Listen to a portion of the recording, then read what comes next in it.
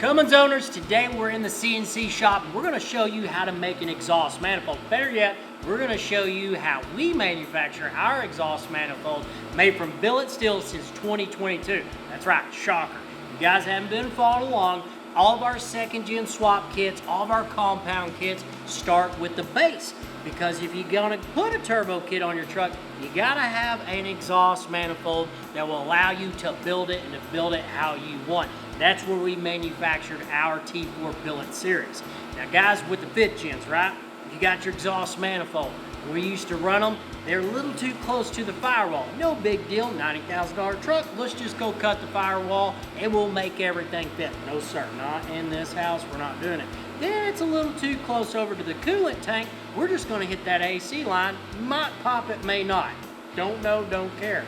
We do care. So when we manufacture these products, we want to test fit them, put them on the truck. The only thing you guys care about is this, right? Get to the point. Does it make more power? Because I got a Cummins, it's a 4th gen, it's a 5th gen, I got a 2nd gen swap, I got a compound. The girls love it, the boys want it. Yeah, let's bring all that back into a box that we can work with. Our T4 exhaust manifold is meant for a 5th gen or a 4th gen. It serves a purpose. What's the purpose? Well, can it make more power? Yes, it can. What do you do to make more power? You have to harness it. It actually manufactures power because you got to get it from the engine. It's got to heat it up, put it in through all these ports, and then you got to send it over to the turbocharger. That's fine. I can just put one over here that I just bought from China. It'll do the same thing. It won't do the same thing because you got to speed up the air. You got to choke it down here, make it bigger here because you're sending it to a turbine wheel, okay? Yes. All right, so once we do all that, did Uncle Tyson, did we make it a little too tight? Well, with these sensors on the back, that's where we get down to seeing the manufactured power on the inside of the turbocharger and all the exhaust manifold. How much pressure is inside there? Well, for it, Rob's truck, we're 1,200 horsepower on the dyno. We got 100 pounds of drive pressure. Oh shit. We got 100 pounds of boost. That's a 1-to-1 ratio. I got a ton of fuel left. You can't unload the fuel. Why? Well, because you got so much pressure inside of here, your turbochargers, they're out of gas. We just ruined all this money and all this time and everything's over. Back to the drawing board. Not for the manifold, but for the turbochargers. So this is going to tell you what's going on inside that engine. We've got 2 processes here that we're going to show you guys how we manufacture them and which T4 exhaust manifold is right for your building. Let's go to the machine.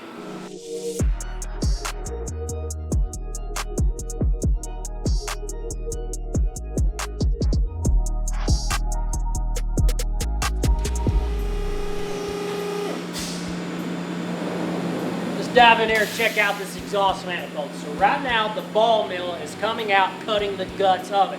What does that mean?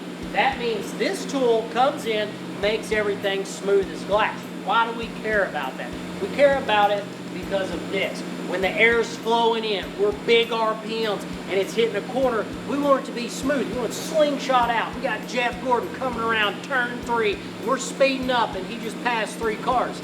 That's just like a manifold. We can push or pull those ports. So if we make that port a little too tight, it may drive phenomenal down low, but we killed it up top. So we gotta find the happy medium. We gotta get our shit straight right now.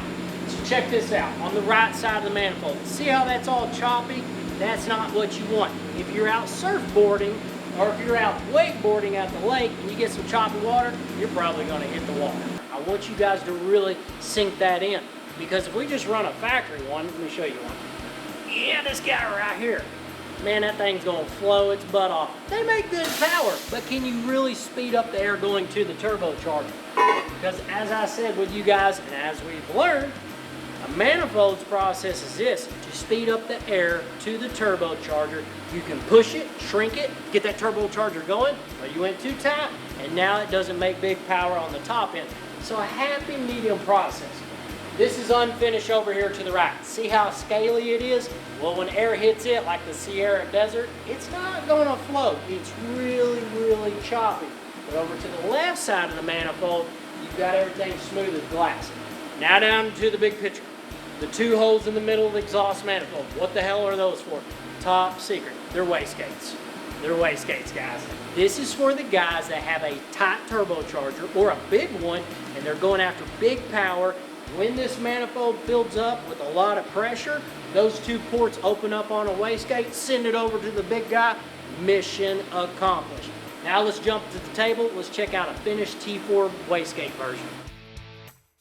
This is our billet exhaust manifold with dual wastegates. The manifold, you put your hat on backwards. You got Uncle Phil in the passenger seat. You got a 106 millimeter turbocharger, and you bust out 1100 horsepower dyno pull on 37.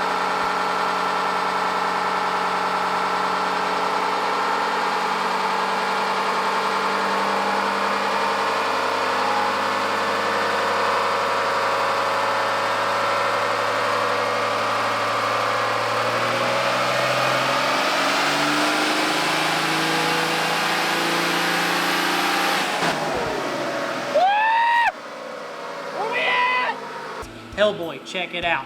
This manifold serves a purpose. What does it do? Well, I keep saying wastegates, they are wasting energy and they're putting it out to a bigger turbo. So if you're running a compound system, got the little guy here, it's working its ass off because you want good drivability.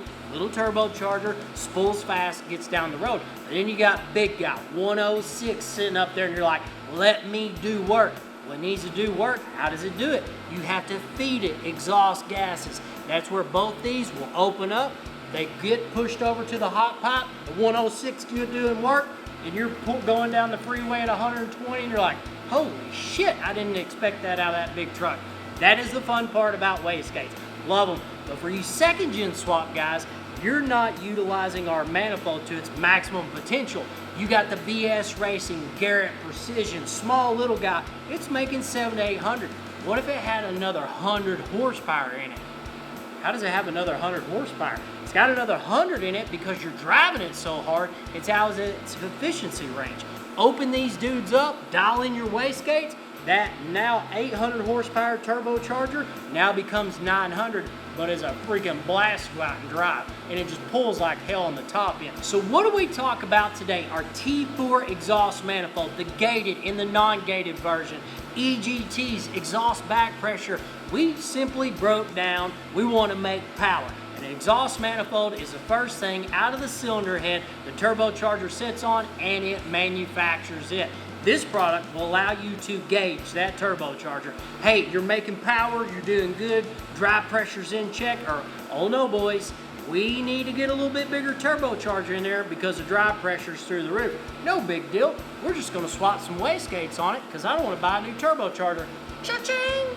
Add nitrous to it, we might blow the son of a bitch up. Guys, I'm all about it.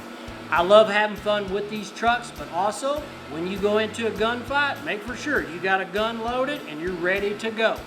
YouTube, do not take down this video because of that. So if you guys have any questions or comments about the manifold, how long does it take? It takes 8 hours to make one of these manifolds. Drop us a comment below. I have probably ran every turbocharger configuration in a T4 known to man on a second gen swap. Lots of time, lots of years. Like, subscribe to the YouTube channel, and we'll see you back here at Point Blank Performance.